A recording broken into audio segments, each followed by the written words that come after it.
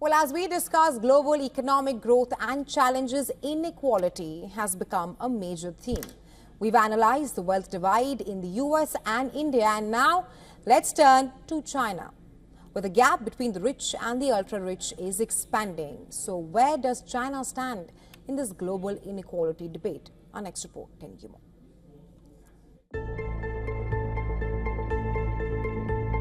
China's wealth gap is widening, with the richest families controlling a growing share of national wealth.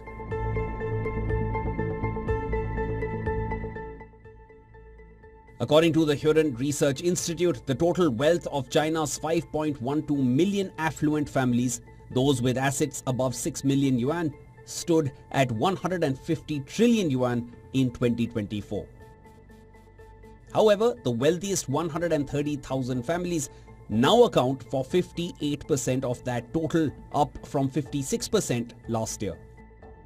At the same time, overall wealth among these families declined by 5%, with average household assets falling to 29.29 million yuan.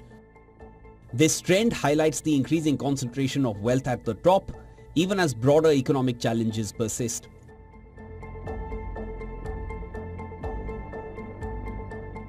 Despite rising per capita disposable income, China's overall consumption growth remained weak, increasing by just 3.5% last year. This was slower than the 5% GDP growth rate, reflecting a widening income gap that is holding back spending. With a struggling property sector and cautious consumer sentiment, middle and lower income groups continue to feel the strain. Analysts warn that China's economic imbalances, including weak household income growth and unequal wealth distribution, have deepened over the years, requiring significant structural reforms to boost consumption. Meanwhile, the emotional economy is picking up, with many Chinese finding solace in pets. Thousands of people descended on a pet fair in Beijing, a large trade show in China's capital. You can see for yourself today. The exhibition center here is packed with people, right?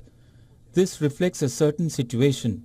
Even though the overall economic situation isn't great at the moment, people are still willing to spend a little on the things they love. It might not be a lot, but as long as it's within their means, it's perfectly fine. China's income inequality remains far worse than Japan and major European economies. Banking data from China Merchants Bank also highlights inequality, showing that just 2.3% of accounts hold 81% of private banking assets. In response, Beijing has promoted its common prosperity drive, focusing on income redistribution through targeted aid. However, concerns over higher taxes and regulatory crackdowns on the wealthy have made businesses cautious. In February, President Xi Jinping reaffirmed support for the private sector but urged the rich to help others prosper, signaling a delicate balancing act between growth and redistribution. Business Bureau, WION World is One.